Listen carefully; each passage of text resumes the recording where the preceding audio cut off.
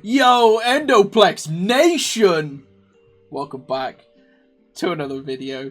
We are going to be ranking every single relic in Borderlands 2 today. We have done weapons, we have done shields, we have done grenades, and so I figured let's just finish off the tier list and we will rank some relics today.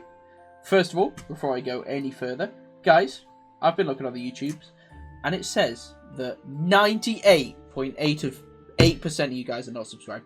98.8%, guys, that is a big number. We need to sub, we need to get this channel growing. I'd appreciate it if you do. Thank you very much. Let's get some subs. Cost nothing. You can unsubscribe anytime when you get bored of me. You won't get bored, trust me. Anyway, back to the video. Let's rank some relics in Borderlands 2. Well, let's start. We have a few duplicates here today. It's not as bad as grenades.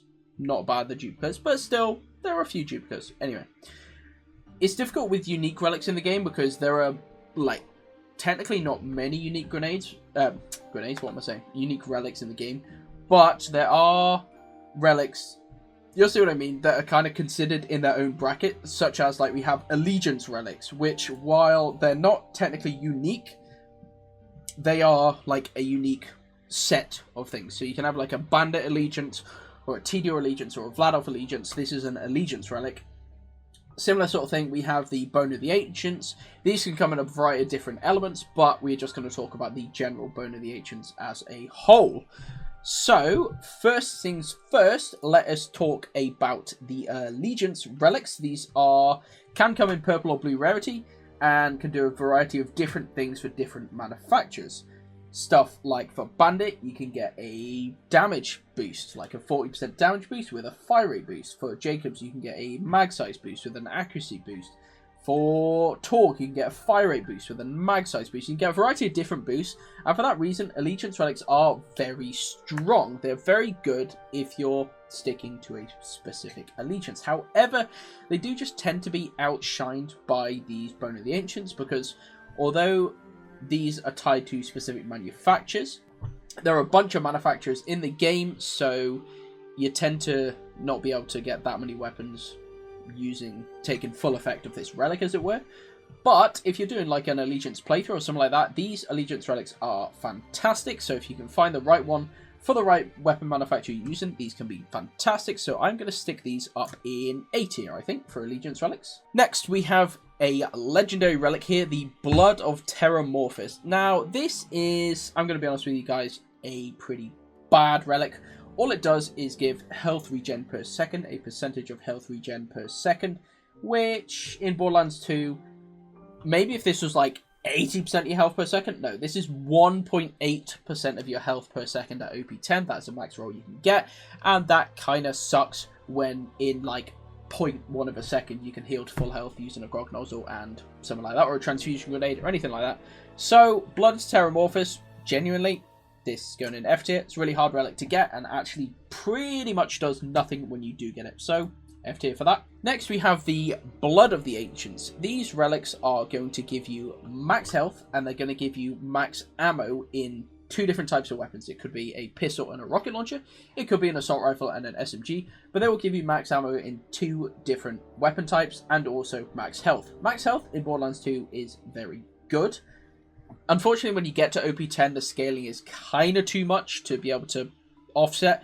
But in general, health is very good in Borderlands 2. Max health is almost universally better than max shield. That's why things like the Rough Rider giving you 20% bonus health is universally better than like a Hoplite shield giving you more shield. Anyway, enough of that aside. Max ammo is also great. If you can land like a launcher max ammo and get like 90% more ammo in your launcher, it's fantastic. The Blood of the Ancients is definitely a very good relic.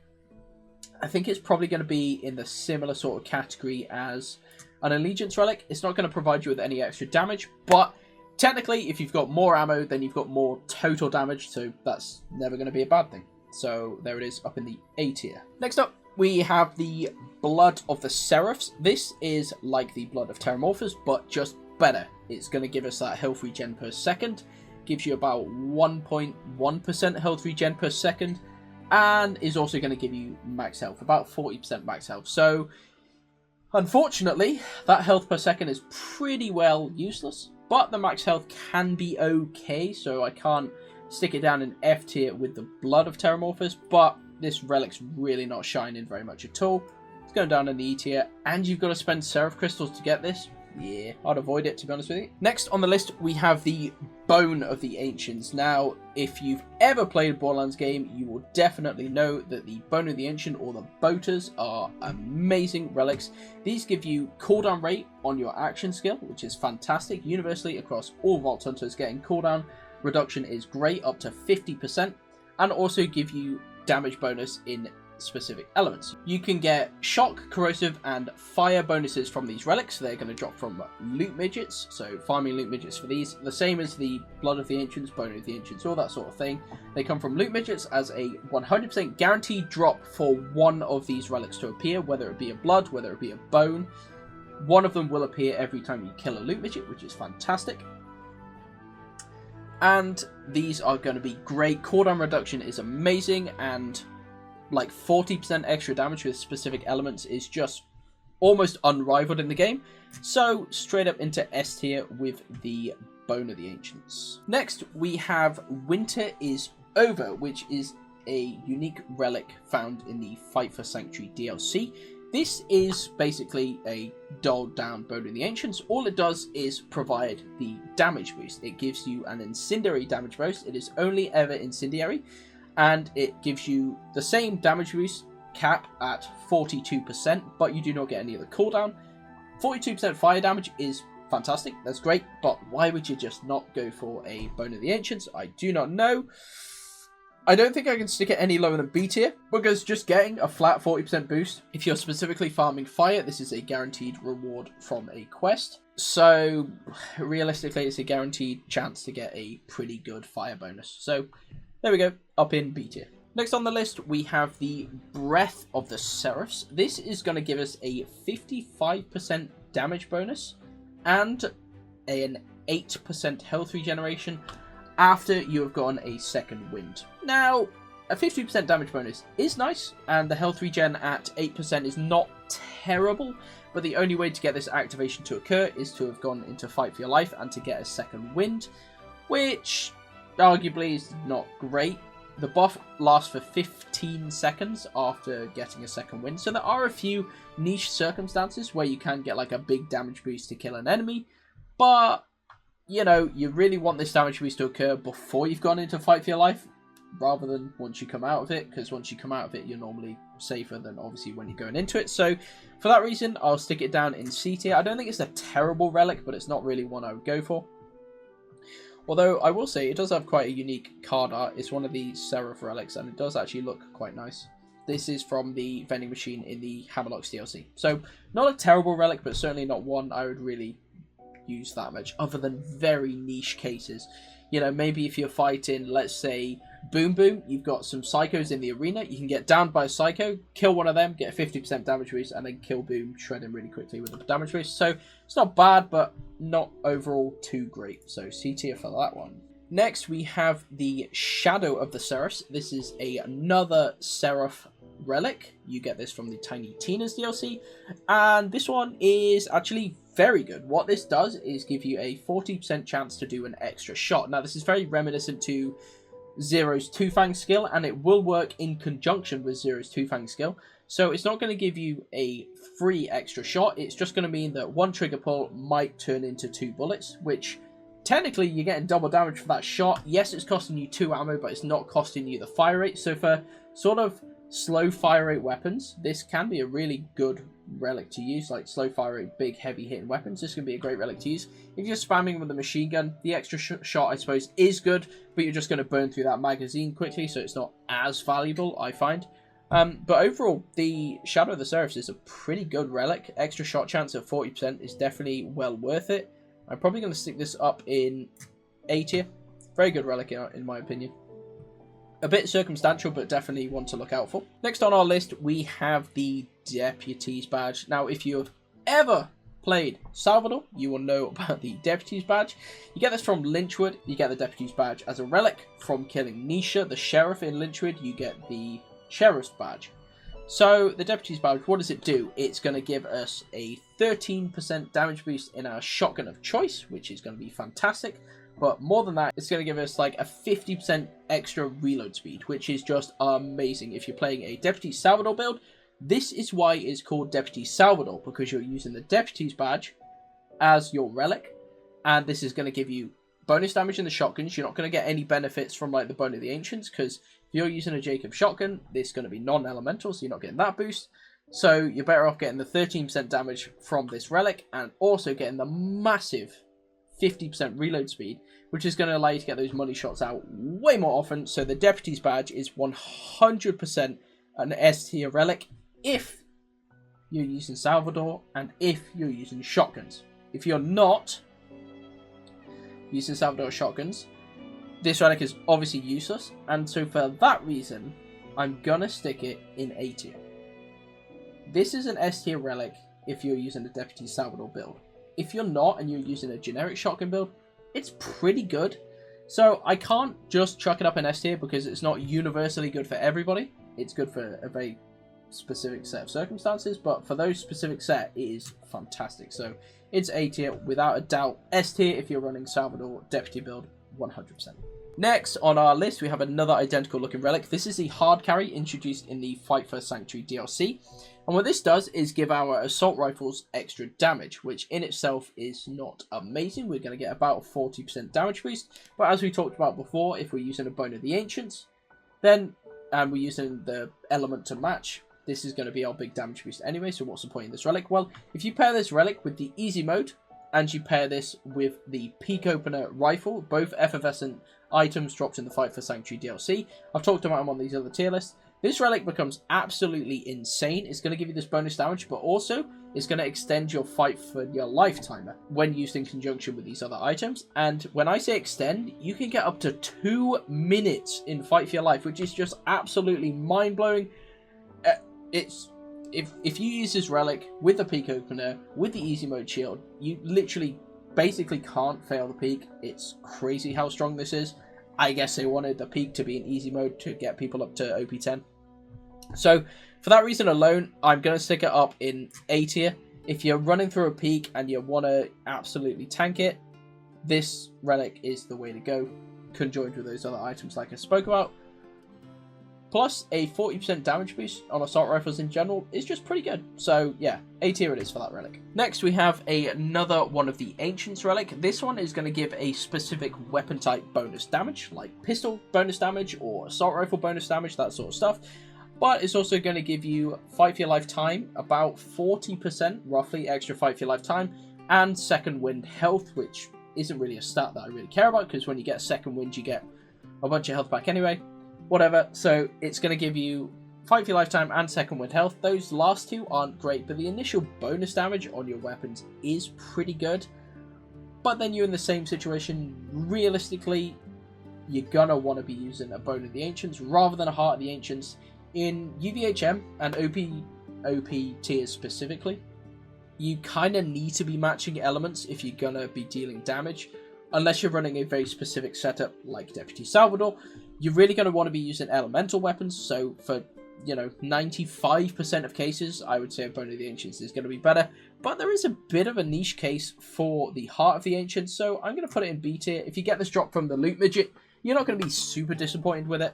You're just going to farm it again for a Bone of the Ancients. But anyway, up in B tier there, not too bad. Next we have, wow, I kind of feel bad about putting the Blood of Terramorphous in F tier when we've got something like the Lucrative Opportunity. This is a relic obtained from a quest with Marcus. If you complete the Safe and Sound quest and turn it into Marcus, you'll get the Lucrative Opportunity relic. And what does this amazing relic look like? It's got a great skin, looks very cool. What does this relic do? It gives you a shop timer rate increase of about 35%. Now, what does this mean? Well, if you've ever opened one of the vending machines, you will see in the top right hand corner you have item of the day, special item of the day, and it's normally up for about 20 minutes. What does this do? It reduces that timer reset by 36%. So instead of having a 20-minute timer on our item of the day, it's going to go down to, what is it, like a 13-minute timer, something like that. So you're going to get a new item of the day every 13 minutes instead of 20. Well, that might be good if any of the item of the days were really much good, which 99% of the times they aren't. And also, there's this very interesting thing you can do in Borderlands 2 called save quitting. If you quit to the menu and load back in, it resets the vendor's item of the days anyway. So you can do that in maybe, if you've got a good computer, maybe like 3 seconds. You can load out and load back in. Or you can wait 13 minutes for a new item of the day. Yeah, lucrative opportunity really is, without a doubt, a horrible relic. And definitely the worst relic in the game. Makes me feel bad, like I say, about putting the Blood of Terror in F tier. And I think I will move it up to E tier. Because although the Blood of Terror isn't good, it is on a totally different level to the lucrative opportunity. Which is just truly horrendous. I'll stick it in E tier for now, I think. Next on our list, we have another Seraph relic. This is going to be the Might of the Seraphs, which comes from the Torg's Campaign of Carnage DLC.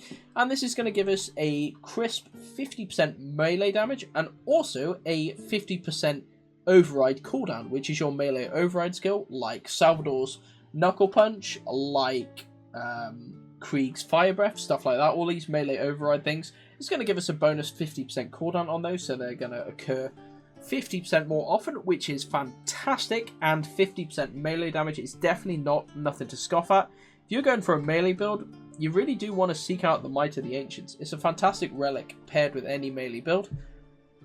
It is obviously limited to those melee builds or for using override cooldowns, but most of the time you're going to be using it for the melee damage rather than the override cooldown rate. Still, I think it's a pretty solid relic. I'm going to stick it up in B tier. Melee builds, when they get to late game, aren't the strongest, as you know, so need all the help they can get. And this relic does help them out a lot, so I think we're going to stick it in B tier for now. So, next on our list, we have the Mouthwash relic, which, like the hard carry, this relic gives us assault rifle damage. However, unlike the hard carry, it's going to give us about a 50% increase to our assault rifle damage, which is significantly more than the hard carry. And this pairs with another effervescent weapon in the Fight for Sanctuary DLC, the Toothpick. If this item is used at the same time as the Toothpick will instead obtain a 200% damage increase.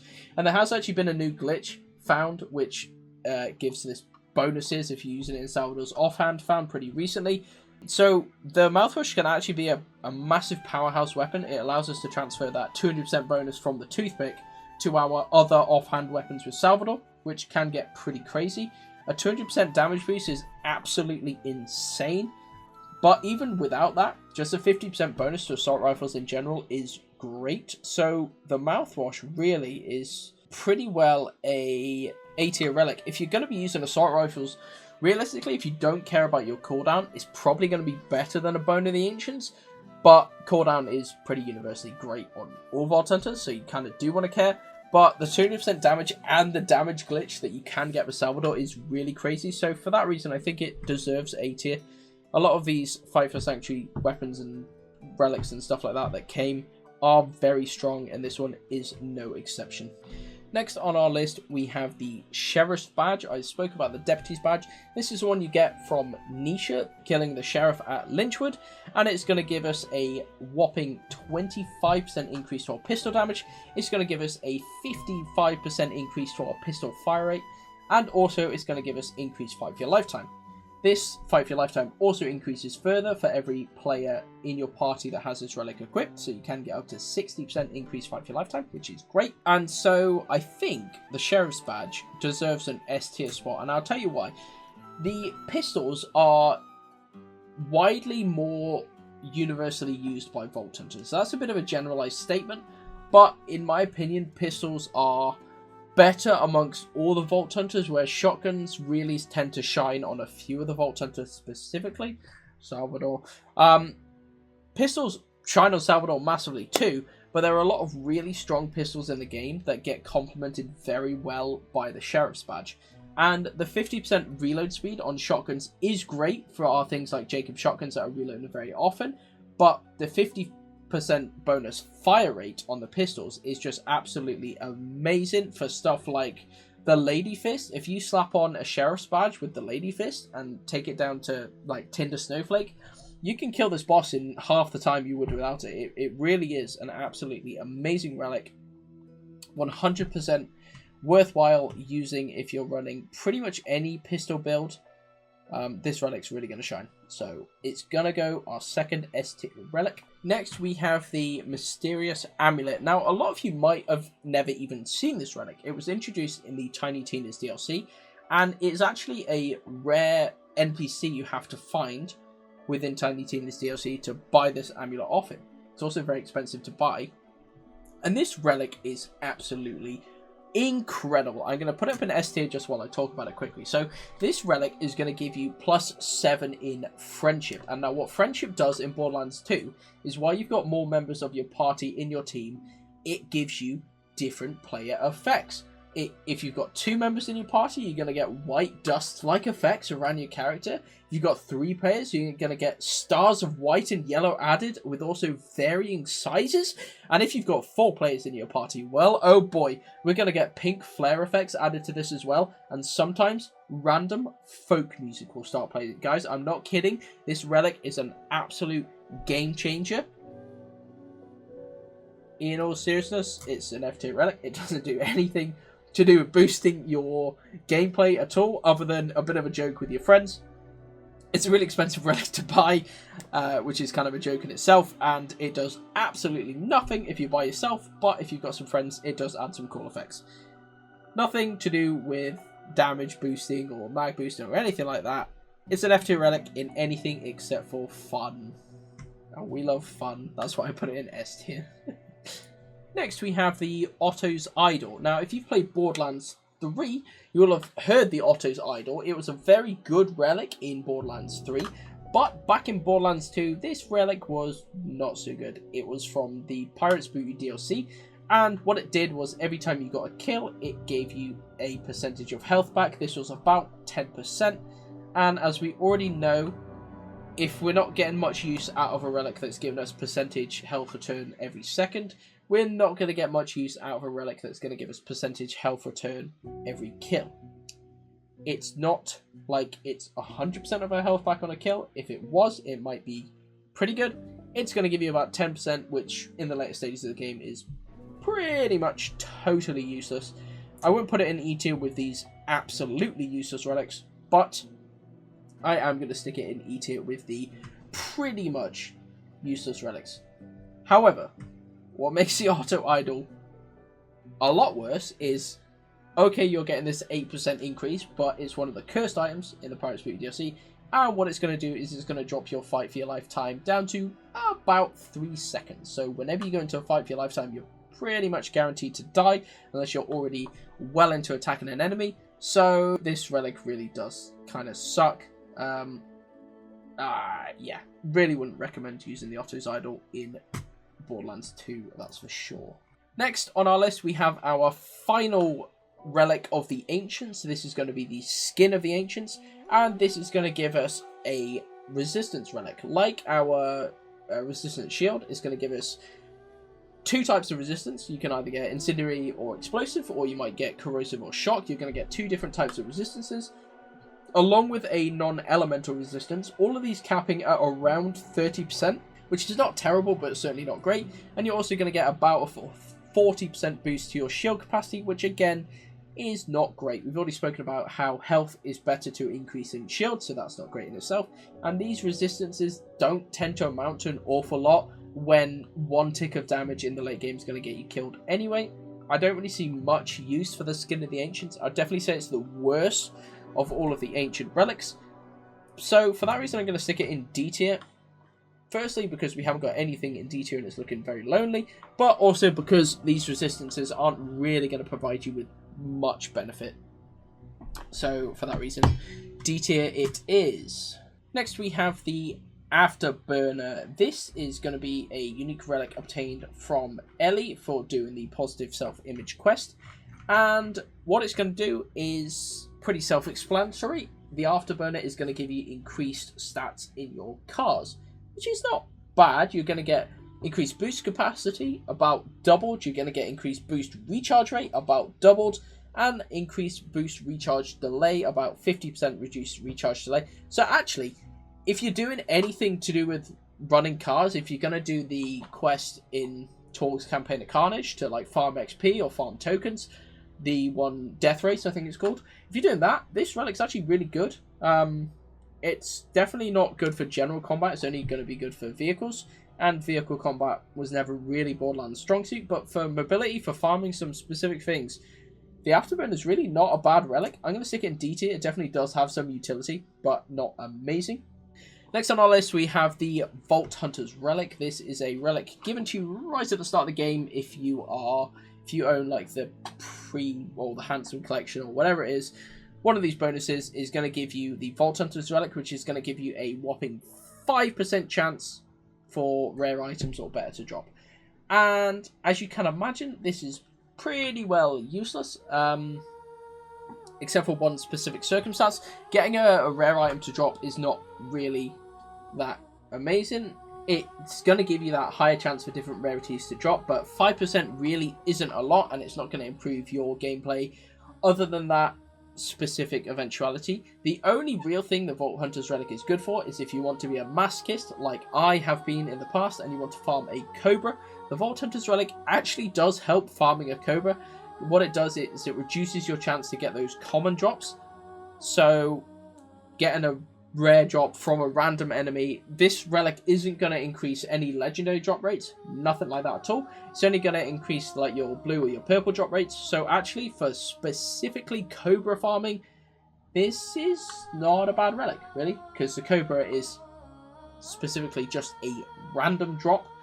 So for that reason, maybe I stick in E tier. Not totally useless like these ones, but very, very niche case uses. And the final relic we have on our list here is Moxie's XP relic.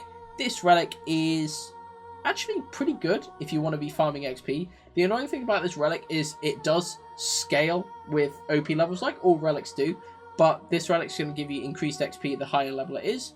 But the higher level you get, the less use you're going to get out of this relic, because you don't need as much XP to finish off your XP bar, and once your XP is capped, this relic is going to provide you with absolutely zero benefit whatsoever. But if you can get this relic, you get it from the Good, the Bad and Ugly, which is a great quest to farm if you want to get the Lyuda or the Veruk, which are both very good legendary weapons. So if you're there, you're doing the quest, you've got to do it anyway, you get an XP relic, slap it on for farming Badmore for a bit, get a little bit of bonus XP, level up a little bit quicker. It's not bad, it's not great. I'm putting it in D tier, along with some of these niche use relics.